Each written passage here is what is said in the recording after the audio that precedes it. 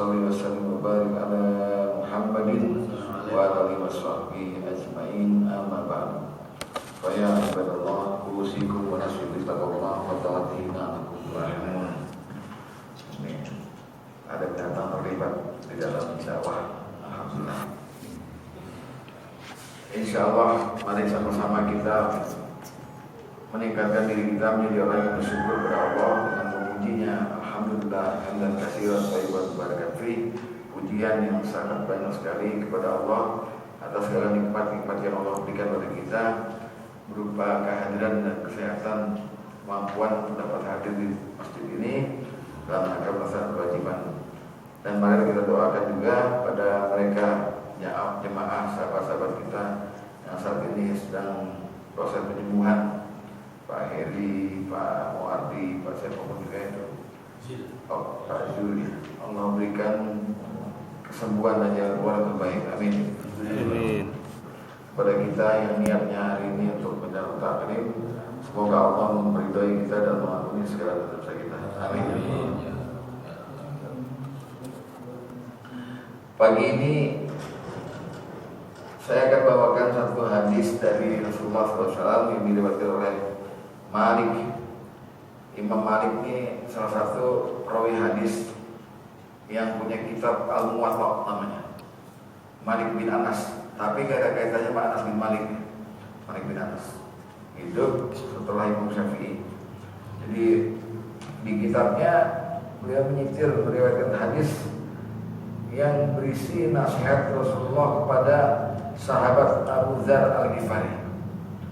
Nasihatnya jumlahnya 4. Dan di dalam nasihat ini Rasulullah menganggap Abu Dzar adalah seorang anak buah kapal. Jadi dia pengen berlayar, Abu Dzar. Rasulullah selaku menasihati dia, membekali dia dengan nasihat supaya perjalanan Abu Dzar ke suatu tempat akan lancar-lancar gitu. Jadi Abu Dzar ceritanya dianggap oleh Rasulullah akan naik kapal laut mengarungi samudra di suatu pulau, yang di pulau itu ada tempat lagi dituju di mana melewati bukit terjal. Nah, nasihatnya yang pertama kata Rasulullah, ya Abu Dzar, wahai Abu Dzar. Yang pertama, jadidis safinah, perbaiki kapalmu. Jadidis safinah, fa innal bahra amik. Jadi pertama kali Rasulullah memberitahukan, wahai Abu Dzar, perbaiki kapalmu, perbarui kapalmu karena lautan sangat dalam. Yang kedua, wa khuziz zada kamila, dan bawalah bekal yang sempurna. Bekal ya, fa inna safara ba'id, karena perjalananmu akan jauh, sangat jauh sekali, ribuan kilometer. Yang ketiga, wa khaffifil himla, dan ringankanlah beban di pundakmu. Dulu, zaman dulu kalau orang tahun 60-an, 50-an ya, orang yang haji itu bawa koper itu pundak, atau orang dagang itu dipikul. Nah, himla itu artinya khafifil himla, artinya ringankanlah pikulanmu, ringankanlah bebanmu. Karena kata Rasulullah, fa innal aqabatu qu'ud, karena bukit-bukit itu terjal dilalui. Wa ahlisil amal, dan terakhir yang keempat, wa ahlisil amal, dan kerja yang benar, murnikan perbuatanmu. Fa inna naqada basir, karena kapten kapalmu bakal melihat kamu dengan teliti gimana kamu kerja. Jadi nasihatnya begitu.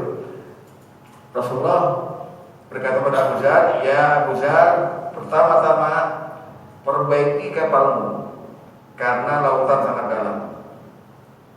Kedua, bawalah bekal yang sempurna karena perjalananmu jauh, safar wa'id. Yang ketiga, nasihat Rasulullah, dan ringankanlah bebanmu karena karena bukit yang akan kamu lalui cukup terjal di pulau itu. Dan yang terakhir, murnikan pekerjaanmu, kerja yang benar, karena nakodamu akan meneliti kamu. Ya, nah ini kemudian para ahli hadis melihat hadis ini bukan dari makna sebenarnya, kan? Bukan dari makna bahwa Abu Dzar akan pergi naik kapal, tapi beliau para ahli di sini kemudian menganggap dan mensyarah di sini bahwa Rasulullah itu sedang bicara bahasa majaz, bahasa perumpamaan. Nah, yang dimaksud dengan nasihat pertama, ya Abu Dzar, jadi di safinah, perbaruilah kapalmu. Maksudnya perbaruilah niatmu, luruskan niatmu.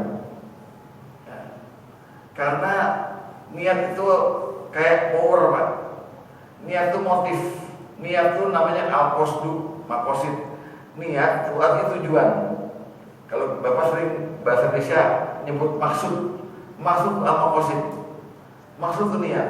Niat itu tujuan. Kalau saya bilang saya akan pergi ke Bandung, niat saya pergi ke Bandung. Al-qasdunya Bandung. Gitu. Nah, ini mesti dilurusin. Semua sebuah pekerjaan kita ini pakai niat. Jadi kata Rasulullah, luruskan niatmu. Kenapa harus lurus? Karena niat cuma dua, niat baik sama niat buruk. Niat selain sebagai motif, niat juga menentukan nilai kerjaan itu buat kita. Jadi kalau kita niat kita bagus, pekerjaan itu ada nilainya buat kita, ada pahalanya dari Allah. Kalau niat kita jelek, pekerjaan itu ada ganjaran juga buat kita, ada dosanya. Jadi Rasulullah suruh baguskan niat, karena banyak orang yang keliru memahami niat ini, sehingga Rasulullah pernah berpesan begini nih, ya. Apa pesan Rasulullah? Kam min amalin yatasawwaru bi suratil amali dunya wa yasiru min amalil akhirah bi husnil niat. Banyak amalan-amalan atau perbuatan kita yang kelihatannya kayak perbuatan dunia aja, menyapu jalan doang, nyapu jalan, tapi dia bisa jadi berubah jadi berpahala bi husnil niat, amalan akhirat. Karena niatnya supaya saya nyingkirin duri beling ini, supaya jangan orang yang kena, maka jadilah dia amalan akhirat. Jadi niat pertama kali begitu.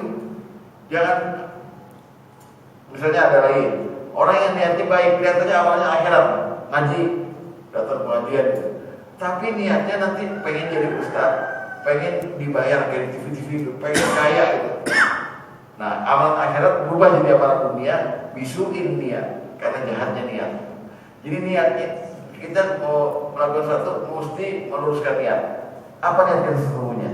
Niat kita cari pahala, niat kita lurus. Jangan sampai kita niat kita niat jahat. Jadi innamal a'malu binniyat, kata Rasulullah. Semua perbuatan kita harus disertai niat. Niat itu maksud. Jadi yang gerakin kita makan karena niat kita ingin ngilangin lapar. Yang gerakin kita bekerja karena kita ingin nafkahin keluarga. Nah, itu benar. Tapi ada orang yang cari duit, niatnya untuk supaya dia bisa bersaing sama orang lain, bisa pamerin harta, niatnya buruk. Makanya ada satu hadis yang indah ini mengenai masalah niat, yang buat contoh buat kita. Apa kata Rasulullah?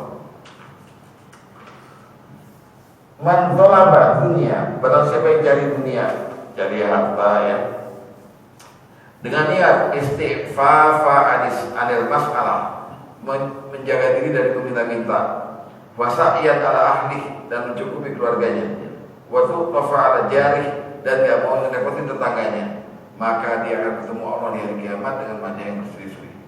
Jadi karena niatnya baik, mencari harta untuk mencukupi keluarga, untuk jaga diri dari meminta-minta, dan untuk nggak ngerepotin tetangganya, maka Allah menghargai dia dengan memberikan pahala dan balasan yang setimpal. Tapi kalau niatnya nyari harta untuk apa, pamer-pameran, boros, foya-foya segala macam itu, bertemu Allah dalam keadaan Allah murka katanya. Nah, lihat. Jadi niat kita apa? Lihat perbuatan kita, pasang niat. Nah, niat yang utama adalah niat ibadah. Karena kita punya makosid di dunia ini, lahir ke dunia ini cuma ibadah. Wa ma khalaqtul jinna wal insa illa liya'budun. Allah sendiri kasih tahu, tidaklah menciptakan kamu manusia dan jin terkecuali kamu untuk ibadah padaku. Oleh sebab itu, kita sekarang luruskan niatnya. Niat kita yang utama di dunia ini sebenarnya ibadah. Gimana caranya supaya jadi kelihatan semua perbuatan itu ibadah? Awali semua perbuatan dengan bismillah. Nyatakan Allah. Apapun juga. Jadi bismillahirrahmanirrahim. Udah, sejak saat itu Bapak dihitung orang yang berniat, hamba Allah yang berniat melakukan sesuatu dan nilainya bernilai ibadah. Cari nafkah, nyetir segala macam, bismillah. Itu namanya jadi safina, meluruskan niat. Jadi niatnya hanya untuk ibadah karena Allah Subhanahu wa taala. Ya. Quran juga bilang kalau kita mau kaya silakan. Mau cari nafkah sebanyak-banyaknya silakan. Tapi niatnya pakai harta itu untuk nasibmu di dunia. Tapi utamanya jadikan harta itu sebagai simpananmu di akhirat. Wabut lagi fima atau Allah darul akhirat. Al-Qasas 74. Berantara sana nasib bagi dunia. Jadi carilah sebanyak-banyaknya apa yang Allah berikan kepada kamu di dunia ini. Tapi untuk akhirat. Tapi jangan lupa nasibmu di dunia. Kamu boleh beli mobil, beli apa itu. Jadi tetap urusin niat bahwa kita tuh hanya mampir sebentar sini. Nggak selamanya, jadi jangan niatnya macam-macam gitu. Urusannya. Itu pertama, ya pesan Rasulullah kepada Abi Dzar bahwa luruskan niatmu, perbaiki perahumu, karena innal bahra amik, karena lautan cukup dalam. Kehidupan kita cukup dalam, banyak sekali halangan-halangan yang akan mengambil kita. Sebab itu Rasulullah mengatakan luruskan niat, jangan sampai salah dalam berniat. Yang kedua, nasihat daripada Rasulullah pada Abi Dzar, wazada kamila, dan wazada kamila, wahus zada kamila, dan ambillah bekal yang sempurna. Bekal, saya tanya Bapak ya, kalau ada orang bicara bekal, kita mau ke Ancol, bekal yang Bapak bawa itu sebenarnya bekalnya untuk apa? Untuk dipakai di jalan, apa dipakai di tempat tujuan? Tujuan. Dua-duanya, betul dua-duanya. Ya apapun bentuknya, makanan kek, atau uang kek. Yang jelas bekal itu perlu. Semakin jauh perjalanan, semakin mesti kita banyak nyiapin bekal kita. Contohnya gini, kita salam.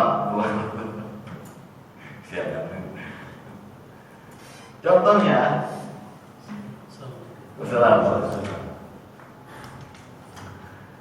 ketika seseorang mau nginep 3 hari di Bogor, ya tentu dia berpikir kalau dia bilang bawa celana jeans satu aja cukup lah, nggak usah pakai backup. Berarti pakaiannya juga cuma ya udah segitu aja, satu gembolan. Ketika kemudian perjalanannya ya, besoknya minggunya mesti ke Surabaya, 5 hari ini mulai mikir ke Mekah, mulai mikir lagi. Makin jauh dan makin lama perjalanan, maka bekalnya masih banyak di bawah. Nah Rasulullah bilang sama Abu Dzar, "Fakhuz zada kamila," dan berbekal-bekallah kamu dengan bekal yang sempurna. Karena bekal ini dipakai nanti saat kamu perjalanan. Nah kita hidup nih, kan kita menuju Allah nih. Kalau orang meninggal apa? Inna lillahi wa inna ilaihi raji'un. Kita dibalikin ke Allah. Nah, waktu kita jalan hidup di dunia sampai kita mati, lalu kita mati, ruh kita menghadap Allah, itu pakai bekal. Kalau nggak pakai bekal, nggak bisa. Ya bayangin nih, Bapak nggak bawa uang, nggak bawa apa-apa, jalan deh, nggak punya niat. Iseng nih, saya lihat Pak Tri nih, jalan deh, terus kemana? Ditanya Pak Tri mau kemana? Nggak tahu. Kemana gitu Pak? Tunjuk aja, nggak tahu kemana. Terus bawa apa Pak? Bawa minum apa? Nggak apa-apa. Susah Pak. Sekarang jalan. Dia niatnya udah nggak ada. Nah tadi tuh yang pertama kata Rasulullah, luruskan niat. teguhkan niatmu untuk apa, aku mau ngapain tuh. Yang kedua, bawa bekal. Nah, sebaik-baik bekal kita sebagai orang Islam, fatazawwadu fa inna khairaz zadi taqwa. Al-Baqarah 197.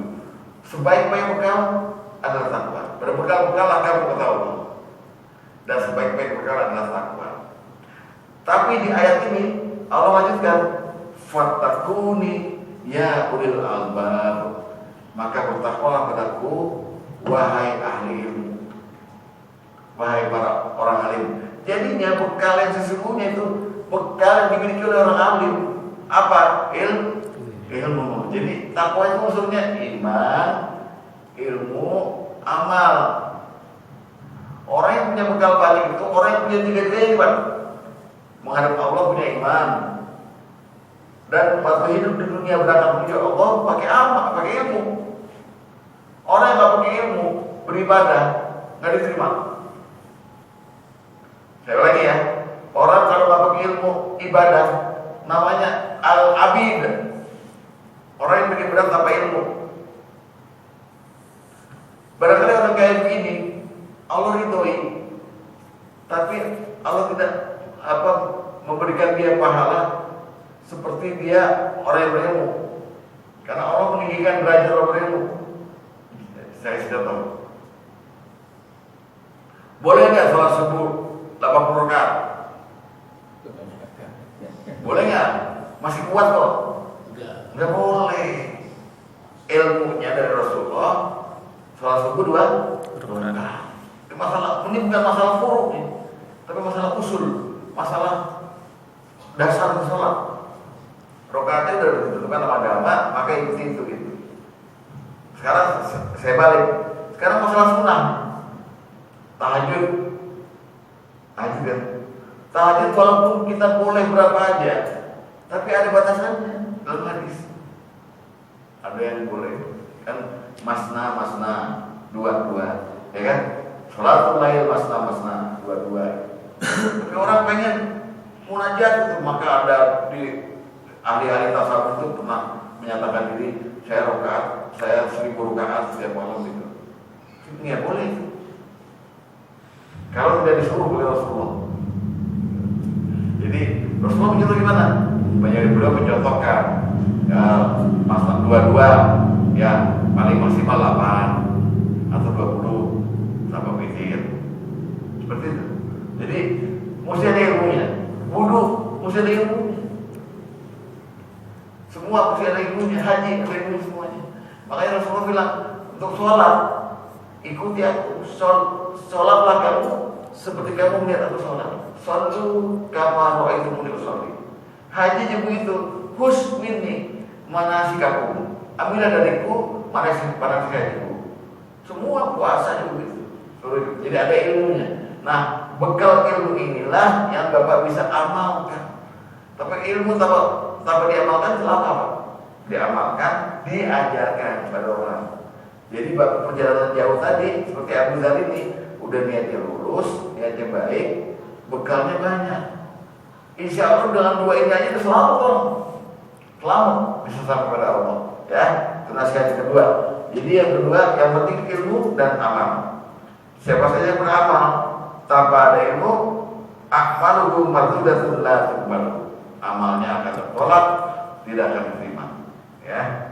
Nah, kalau Bapak bisa dalam posisi orang yang punya bekal, jadi takwa Bapak disertai ilmu ini. Insya Allah kata Rasulullah, posisi Bapak di hadapan Allah tinggi, dan posisi Bapak di hadapan manusia lainnya juga tinggi. Fadlul alim alal alim, keutamaan orang alim dibanding orang yang biasa-biasa saja beribadah tanpa ilmu. Kafatil qamari latal badri min sa'aril kawakib. Sama dengan keutamaan bulan purnama dibanding bintang kecil-kecil itu. Jadi, marilah pertama luruskan niat. Niatnya mesti baik, niatnya mesti lurus. Yang kedua, bawa bekal sesempurna mungkin, yaitu berupa bekal takwa yang unsurnya adalah iman, ilmu dan amal. Ya. Yang ketiga, nasihat Rasulullah pada Abu Dzar, Wa khaffifil himla, dan Abu Dzar, ringankanlah bebanmu. Jadi kita ini Abu Dzar naik kapal itu kan bawa bekal. Nah kata Rasulullah, yang di pundakmu itu ringankan. Maksudnya apa? Maksudnya perkecil dosamu. Dosa dalam agama itu himla, beban. Kita kalau makin banyak dosa, makin banyak beban. Baik beban itu di pikiran, maupun beban itu akan Allah perlihatkan di hari kiamat dengan cara orang yang banyak dosa memikul dosanya sendiri di hari kiamat. Dengan tangannya, dengan pundaknya, dengan kepalanya. Pokoknya yang namanya hamalat itu memikulnya dengan apa aja? Dia kepala, tangan, dipikul dosanya. Makin banyak dosanya, makin banyak pikulannya. Nah ini Abu Dzar disuruh khafir himla, ringankanlah beban yang kamu bawa itu. Nah, dosa itu setiap manusia dosa, dan setiap hari memproduksi dosa. Kullu bani Adam khata'un, setiap manusia pasti dosa. Bahkan ada pepatah Arab bilang al-sa'ru mahalul khata' wa nisyan. Setiap manusia itu tempat salah dan lupa. Jadi kita ini berdosa. Nah, untuk supaya bisa kita nggak berdosa karena ingin niatnya meringankan beban, maka yang bisa dilakukan adalah beristighfar dan bertobat. Tolong Bapak jadikan agenda tiap hari kita istighfar minimal sama seperti Rasulullah. Rasulullah itu lain, kan? Dia basyarun lakal basar, manusia tapi bukan manusia sesungguhnya. Kenapa? Karena Rasulullah itu hamba Allah, tapi yang dispesialkan. Dari Nabi Adam sampai Nabi Rasulullah, itu semua nabi-nabi dan Rasulullah semua nggak punya dosa, nggak kayak kita. Gelarnya apa? Maksum, terjaga dari dosa, sehingga mereka aman. Tapi walaupun mereka nggak punya dosa, Siti Aisyah istri Rasulullah pernah nanya sama Rasulullah, wahai kakanda Rasulullah, kenapa Anda masih sholat tahajud sampai kakinya bengkak? Kenapa? Sedangkan Allah telah mengampuni dosamu yang lalu, taqaddam wa ta'akhir, dan yang akan datang. Nah, ada maksud tuh, kalaupun seorang nabi ada potensi berbuat dosa, sudah langsung Allah ampuni. Kalaupun dulu pernah berbuat dosa, sudah Allah ampuni. Tapi dalam kehidupannya dia terjaga dari dosa. Nah, ini Rasulullah bilang sama Abu Dzar Al-Ghifari, wa khafifil himla, dan ringankan beban dosamu. Karena nggak kuat Pak kita, karena kita bawa beban dosa menghadap Allah. Orang mati bawa dosa masalah, yakin masalah. Kenapa? Rasulullah sudah kasih tahu, seandainya sudah mau meninggal, maka ucapkanlah Allahumma ighfir lahu warhamhu wa'afihi wa'afan. Apa artinya? Ya Allah, ampuni dia, ampuni mayit ini, kasih sayang dia ya Allah. Wa'afihi, maafkan dia, maafkan lagi dia. Kenapa mesti diampuni, dimaafkan apa? Karena banyak dosa. Diyakini manusia itu pasti ada dosa. Jangan sampai dosa kita itu sebelum kita mati masih ada. Kalau bisa khafifil himla, ringankan beban dosa itu, maksudnya kurangi dosa sampai kamu menemui kematian, akhirnya kamu bebas dari dosa. Caranya gimana? Caranya Bapak lazimkan istighfar dan taubat. Orang yang lazimkan istighfar dan taubat itu, kata Allah, akan dimudahkan segala urusannya dan akan diberi rezeki yang banyak. Tapi ingatnya yang penting bahwa setiap hari kita mencontoh Rasulullah. Rasulullah bilang begini, ya ayuhan nas istaghfiru wa atubu ilaih. Wahai manusia, mohon ampunlah kamu kepada Allah dan bertobatlah kamu kepadanya. Wallah, demi Allah, fa inni, aku sendiri, istaghfiru rabbahu wa atubu ilaih mi'atan marrah fi yaumin. Aku tiap hari istighfar dan bertobat 100 kali sehari. Jadi caranya paling gampang.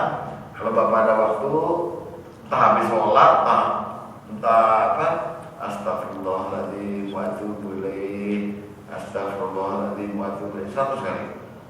Kalau bisa, lebih bagus. Nah ini untuk mengurangi beban kita, beban dosa kita yang ada di benak kita. Jadi nasihat ketiga ya.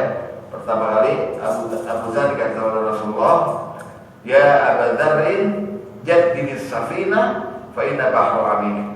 Wahai Abu Dzar, perbaiki kapalmu karena lautan cukup dalam. Maksudnya luruskan niatmu, karena kau akan berhadapan dengan banyak kejadian. Niatnya yang baik, yang lurus. Yang kedua, dan ambillah bekal yang sempurna, khus zada kamila, karena wa inna safar ba'id, karena perjalananmu cukup jauh. Yang ketiga, kurangi bebanmu, wa khafilillah, ya, karena nanti kamu repot bawa beban itu.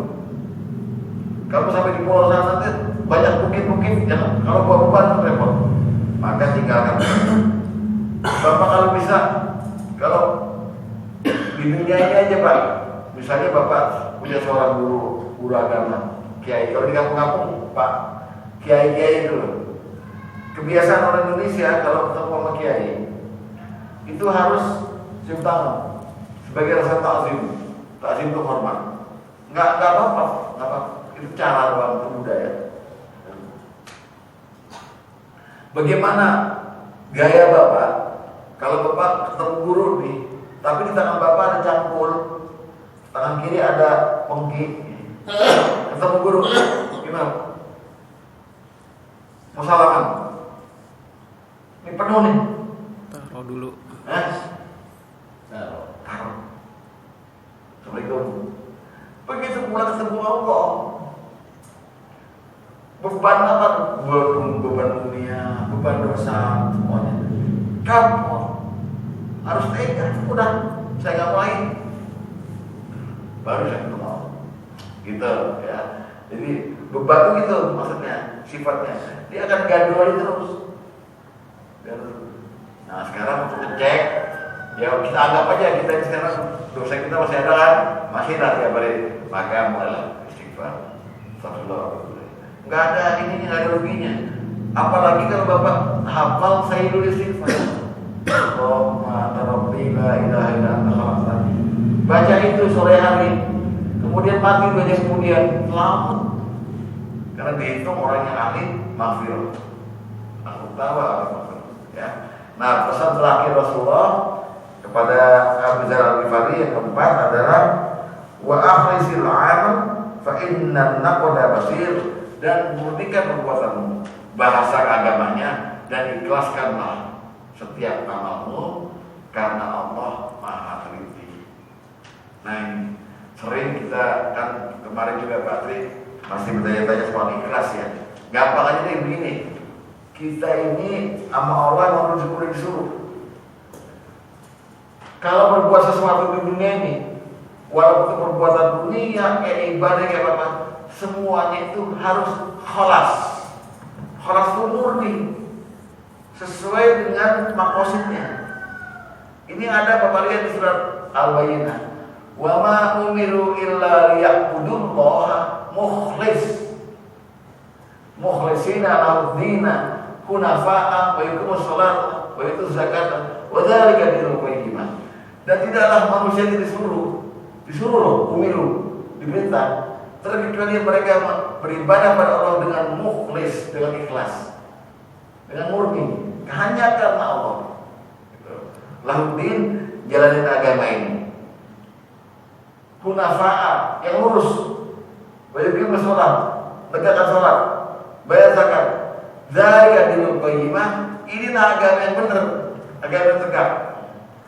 Jadi ikhlas. Nasihat terakhir, wa akhlisil amal, ikhlaskan amalmu hanya karena Allah Maha Teliti. Jadi yang perlu bahwa ikhlas ini perintah. Jangan ada pretensi atau syahwat khafiyah kita beramal bukan untuk Allah, tapi untuk manusia. Jangan.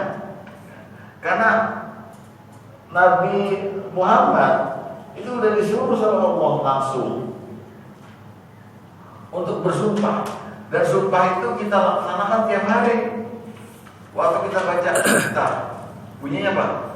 Inna sholati wa nusuki wa mahyaya wa mamati lillahi rabbil alamin. Coba bayangkan, sesungguhnya salatku, wa nusuki dan ibadahku, ya kan? Wa mahyaya hidupku, wa mamati dan matiku untuk Allah. Untuk Allah. Ya, pasrah banget. Nah, terus di ayat selanjutnya, la syarika lahu. Tidak ada sekutu baginya. Maksudnya niatku tadi, hidupku, sholatku itu nggak ada buat yang lain. Gitu loh. Wah, bisa nih kalau gitu, dan memang aku disuruh seperti itu. Wa ana minal wa ana iya, dan aku termasuk awal muslimin, orang-orang yang berserah diri kepada Islam. Jadi terakhir Rasulullah mau kasih tahu, Abizar, kalau kamu udah punya niat yang baik, niat yang lurus, kamu punya bekal yang banyak, bekal yang sempurna, yaitu takwa tadi, kamu punya juga udah mengurangi beban, dosamu udah hilang, tinggal satu lagi. Kerjaan kamu di kapal ini, niatin hanya untuk Allah. Akhlisil amal. Kalau Anda bisa begini Pak, selamat kita sampai tujuan. Demikian, semoga ada manfaatnya. Wassalamualaikum warahmatullahi wabarakatuh. Waalaikumsalam. Pada pertanyaan, kita tambahan. Silakan. Pak Edi. Yang pertama tentang tobat. Kita sudah bertobat, Ya. kemudian kita melakukan lagi, terulang lagi gitu. Maka tobat yang lalu itu gugur dengan yang kita melakukan lagi, tergelincir lagi gitu istilahnya. Ya. Terus kita bertobat lagi gitu. Apakah yang tobat kita yang lalu itu gugur karena kita ini, apakah ini ada dosa baru lagi gitu? Oh iya. Itu yang pertama. Ya. Yang kedua, niat ini kan kita nggak sadar, yang kita ucapkan malah bahwa kita niat ini lemah berniat, lemah dalam berniat dan kurang tepat dalam berniat. Dan bagaimana kita supaya niat kita ini benar-benar atau berdasarkan amalu dunia atau apa itu disebutnya, bahwa segala sesuatu kita tidak berniat, kemudian kita itu mendapatkan sesuatu itu berdasarkan hal yang kita niatkan. Itu aja. Iya. Udah duanya Pak Edi. Itu masalah taubat. Taubat itu adalah dari kata-kata masdarnya kan taba yaqubu taubatan, artinya kembali kepada Allah. Jadi orang yang bertobat itu biasanya bukan biasanya keharusannya adalah dia tidak lagi melakukan lagi, kan? Sesuai dengan begini, tobat itu di dalam surat Ali Imran itu digambarkan oleh Allah begini: orang yang bertobat itu yang terbaik adalah orang yang bertobat saat dia menyesal. Faiza fa'alu fahizatan aw dzalamu anfusahum zakarullah, kata Al-Imran. Dan ketika ada orang yang mengerjakan kejahatan menolak diri sendiri, dia ingat Allah, wastaghfiru li dzunubihim, lalu mohon ampun, ya. Karena mohon ampunnya ada dasarnya, karena kita mungkin di dalam hatinya walau nggak ada zat yang bisa mengampuni dosa kecuali Allah. Nah, di situ walau yusiru ma fa'alu, ya Pak, wahum ya'lamun, dan dia nggak ada niat ngulangin lagi. Jadi obat yang benar tuh udah selesai, nyesel, karena nyesel. Lalu pertanyaannya, kalau ada orang yang tobat ngulangin lagi, tobatnya sah yang pertama, tobatnya, karena Allah dengan tobat yang pertama itu udah menerima tobatnya. Ini sama aja anak kecil yang balik, kabur lagi, itu apa-apa. Tapi yang penting Bapak mesti setelah waktu supaya cepet-cepet dari yang kedua ini tobat lagi. Kalau bisa ya. Kan umur nggak bisa tahu gitu. Jadi nggak apa-apa tobatnya. Cuman tobat yang paling baik, walau disilu itu harus disertai dengan syarat tobat. Syarat tobat itu ada 8. Supaya kita jangan bandel-bandel balik lagi nih. Kalau 8 ini Bapak belum bisa lakukan, ini tobat nih. Tapi nggak melakukan 8 ini, insya Allah tobatnya nggak sah, nggak diterima. Rasulullah pernah bicara sama sahabat. Atadruna ma taib? Apakah engkau tahu apa yang dimaksud dengan orang bertobat itu? Sahabat bilang, kita nggak tahu. Cuma engkau dan Allah dan Rasul yang tahu. Baik. Kata Rasulullah, man taba, barang siapa yang bertobat. Ini yang pertama ya. Man taba, barang siapa yang bertobat. Walam yasdaq fi ibadati. Man taba, barang siapa yang bertobat. Walam yata'alam ilma, tapi dia tidak menambah ilmu agamanya. Falaysa bita'ib. Salah pertama, siapa yang bertobat langsung belajar agama, belajar hukum-hukum apa yang pernah dia lakukan, belajar apapun juga mengenai agama ini. Kalau dia nggak lakukan itu, falaysa bita'ib. Dia termasuk belum bertobat. Berat ke salah banget? Berat. Namanya kembali pada Allah. Jadi segala sesuatu yang kebenaran Allah dia mesti lakukan. Nah melakukannya mesti dengan ilmu. Maka itu dia belajar. Maka yang pertama, mantaba pada siapa yang bertobat, falam yata'allam ilma, tapi dia tidak mempelajari ilmu agama, falaysa bita'ib. Dia bukan termasuk orang yang bertobat. Kedua, mantaba pada siapa yang bertobat, falam yasdaq fi ibadatihi, tapi ibadahnya nambah-nambah, falaysa bita'ib. Dia bukan orang yang bertobat. Orang yang bertobat itu sifatnya dia akhirnya karena dia malu sama Allah, dia tambah ibadahnya, sunnah-sunnahnya diperbanyak. Mestinya gitu ya. Tapi kalau dia bengong aja belum bertobat ya. Ketiga, mantaba walam yadul khusra, barang siapa yang bertobat pada Allah tapi tidak meridhoi musuh-musuhnya, falaysa bita'ib. Dia bukan orang yang bertobat. Maksudnya meridhoi musuh-musuhnya itu, orang yang bertobat kepada Allah itu adalah orang yang bisa memaafkan manusia. Wal kadhibina wal ghaiza wal afina 'anil nas. Maafin manusia, walaupun manusia itu punya salah yang besar pada dia. Kalau dia udah minta ampun sama Allah, bertobat, maka dia bisa mengampuni orang lain. Tiga ya. Keempat, man taba wa lam yughayyir khuluquhu falaysa bita'ib.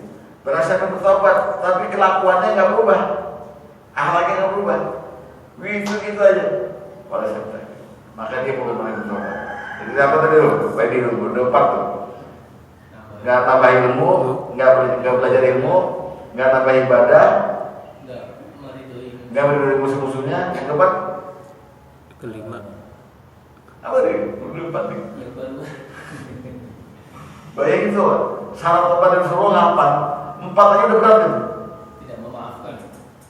Enggak itu ya, belum sama. Kan barang siapa yang bertobat, falam yata'allam ilma, falaysa bita'ib. Tapi dia enggak belajar ilmu agama, bukan tobat. Mantaba walam yasdaq fi ibadatihi.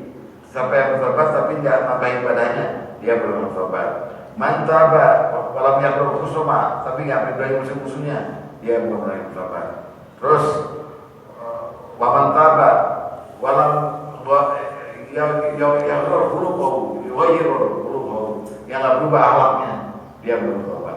Terus ya, yang kelima, mantaba pada siapa yang bertobat, falam yughayyiru libasahu wa zinatahu falaysa bita'ib. Yang pakaiannya enggak berubah, perhiasannya enggak berubah, dia bukan tobat. Dulu zaman preman, pakoknya, antingnya, tobat, berubah. Kalau susah ngilangin tato, nggak usah, tutup aja. Anting copot semua. Itu loh maksudnya. Di Allah itu 5. Nomor 6, barang siapa yang bertobat tapi nggak melipat kasur dan selimutnya, dia boleh bertobat. Maksudnya barang siapa yang bertobat tapi tidur mulu, dia boleh bertobat. Isi waktu-waktu yang kosong itu dengan zikir pada Allah, banyak ibadah. Kemudian nomor 7 dan nomor 8, mantaba, barang siapa yang bertobat tapi tidak mau sedekah, masih berpelit atau bakhil, dia termasuk mana orang yang bertobat. Terakhir apa boleh? Ada yang terakhir. Tidak ada 8 syarat Pak Ibi. Jadi kita mikirnya yang penting kalau udah mikirin 8 ini, boro-boro balik lagi melakukan yang pertama, nggak bakal bisa. Karena kita mesti mensahkan taubat kita yang pertama itu dengan cara melaksanakan 8 ini. Namanya ya orang bertobat, selain nyesel, ada perbaikan dan perubahan diri. Nah perbaikannya itu yang dituntut Rasulullah. Pertama dia mesti menjadi orang berilmu, tahu hukum agama, ya kan, nambah ibadahnya, akhlaknya berubah, pakaiannya berubah, meridhoi musuh-musuhnya, segala macam begitu. Itu Pak Edi. Jadi ya teruskan aja. Malah Allah, saking Allah punyanya sifat, Allah punya sifat 2 kalau dosa, Ghafur sama Tawwab. Ghafurur Rahim itu Maha Pengampun, Tawwabur Rahim Maha Penerima Taubat. Tapi banyak kalau gabungkan di ayat ini biasanya. Jadi silakan tiap hari mau minta ampun bertobat, lakukan aja. Semoga himlah kita jadi berkurang. Itu baik. Jadi artinya tobat itu tetap sah, artinya diampuni. Oh iya. Ya, tapi kita kalau mikir dosa baru. Tapi dengan catatan bahwa Allah itu juga memperisaikan bahwa artinya tidak semudah itu kita melakukan Iya. Selain itu ya. Ya. Ada lagi ya, Anda mesti berjuang keras dulu. Iya. Mencapai niat. Nah yang kedua niat. Niat itu kan ada innamal a'malu binniyat wa innamal likulli imri'in ma nawa. Nah, gitu kan. Sesungguhnya setiap perbuatan itu kalau kata almarhum Ustaz Siddiq ada niatnya, gitu, ada niatnya. Kalau dalam di ulama bilang begini, innamal a'malu binniyat, kata-kata bi itu disebutkan pada gantungan. Jadi setiap amalan tergantung niatnya. Gitu. Tergantung niatnya. Kalau Pak Ustaz ini kan ada niatnya. Malah beberapa ulama yang jarang dengar nih malah menulis setiap niat perbuatan harus ada niatnya. Saya lebih condong sama yang terakhir ini. Harus ada makositnya, harus ada niatnya. Wa inna malikum min mana baru ini, dan sesungguhnya setiap orang itu likum dari mana akan dapat apa yang dia niatkan. Rasul mencontohkan kalau orang hijrah kepada Allah, hijrah dari Mekah ke Madinah, niatnya karena Allah dan Rasulnya, dia dapat itu pahalanya. Tapi kalau dia niat berhijrah dari Mekah ke Madinah untuk perempuan yang mau dinikahi, makanya dia dapat cuma itu, perempuan itu. Pahala dari Allah dan Rasulnya enggak, karena hijrah itu perbuatan akhirat. Tapi niat dia dunia itu loh. Nah, itu baik. Ya, jadi untuk meluruskan kita itu terakhir tadi akhlisil amal. Setiap perbuatan amal kita baik itu ibadah maupun bukan di dunia ini, jadikan dia ibadah karena Allah. Nah sekarang pertanyaannya, apakah kalau orang niat selain karena Allah boleh atau enggak? Boleh, asal disambung ke Allah. Contoh, saya pengen tahajud malam-malam, itu pengen jadi pahala, bukan karena Allah. Karena pengen pahala, boleh. Karena Allahnya ditambahin lagi, karena Allah memerintahkan, karena Allah menjanjikan. Ya kan? Karena Allah menjanjikan. Asa ya bahasa atau bukan Allah mau dan kan orang yang tahajud akan Allah kasih kedudukan terpuji. Itu janji Allah. Nah kita tahajud pengen lagi janji Allah boleh. Gitu. Yang penting semuanya pusatnya pada Allah. Jadi niatnya diikhlasin karena Allah semuanya. Itu soalnya apa? Berarti itu kuncinya, berarti kita meluruskan niat itu hanya satu, lillahi ta'ala. Lillahi ta'ala. Karena gini, itu banyak kita itu sama kayak mengucap menjadi musyrik itu sedikit-sedikit sama dengan kita niat. Jadi begini misalnya, kita tanya, hai sebulan dari mana kamu? Dari pengajian. Oh iya, daripada bengong-bengong nggak? Ya, gitu. Yeah. Artinya kalau dia tidak bengong-bengong, dia nggak pengajian betul. Yeah. Nah, kalau dia tapi dia niat ini kan tidak perlu diucapkan. Kalau dia memang karena nilai Allah, dia ke suatu pengajian, tidak dapat ilmunya, dia kena perintah, dia kewajiban untuk melakukan suatu pengajian. Karena nanti kalau dia tidak berdasarkan nilai Allah itu katanya, ya kalau orang menuntut ilmu itu masuk di keluar kanan, nanti sasarannya ustadznya. Kenapa? Nggak tahu, saya nggak tahu ujung pangkalnya, nggak paham gitu. Yeah. Nanti dia lari ke ustadz yang lain, ya begitu lagi alasan, nggak ngerti, nggak tahu ujung pangkalnya. Karena ilmunya itu adalah katanya itu adalah dampak dari efek dari kita yang menuntut mendengarkannya. Yeah. Tapi saya ambil kunci pada niat itu adalah menyatakan lillahi ta'ala. Yeah. Dapat ya karena kewajiban. Yeah. Ya. Dan perlu diketahui niat itu perbuatan hati. Tapi kalau orang hidup itu mesti punya niat, harus punya niat. Gak boleh apa yang dilakukan sama dia gak ada niat. Nah itu dia jadi motor, jadi power dari setiap apa yang kita lakukan. Nah niat dalam hati ini dibagi 5 di manusia ini. Nomor 1, 2, atau 3 Allah nggak hitung pahala berdosa. Nomor 4 atau 5 mulai dihitung. Nomor 1 apa? Al-hadis. Al-hadis itu sesuatu yang ada di dalam pikiran kita nih, di hati kita nih. Maaf ya, perempuan lewat. Ya kita sebagai manusia normal, cantik banget. Gak apa-apa. Setelah apa belum ada di sini nih, keluarin cantik banget.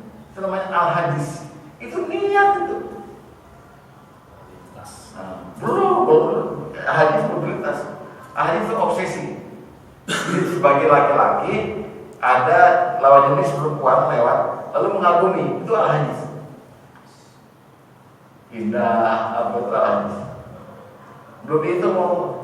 Yang kedua al-khatir. Al-khatir itu yang terlintas dalam hati. Sebentar plak. Kalau dia jadi milik saya gimana ya? Nah, al-khatir.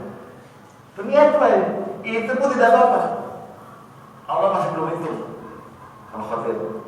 Yang ketiga, hadisun nafs, perkataan hati kita. Ini seperti al-khatir, tapi udah mulai diatur begitu, lebih dari sedetik nih. Ada kali 10 detik, 20 menit. Kalau kita muter-muter di sini, itu perempuan udah punya suami belum ya? Kok begitu banget sih, Cak? Wah, mulai kita mikir itu Allah belum menilai selama ininya nyamain. Nah yang keempat alhamu, niat juga. Alhamu itu seperti dalam surat Yusuf, wahammat biha, ya. Dan Yusuf sudah mau dengan Zulaikha. Zulaikha juga mau dengan alhamu itu niat kuat. Kalau Allah nggak bela Yusuf, maka pasti dia akan celaka masuk neraka. Artinya ini, nah alhamu itu di hadis dibilang, barang siapa yang punya ham lalu punya niat dilaksanakan, Allah kasih 10. Gak dilaksanakan, Allah kasih 1. Yang punya niat jahat dilaksanakan, kasih 1. Gak dilaksanakan, gak Allah kasih dosa. Nah itu mulai dihitung sama Allah yang alhamdulillah. Kalau buat kita contohnya misalnya, maaf nih, kita udah modal pengen merasain main perempuan gitu. Modal tapi masih ragu.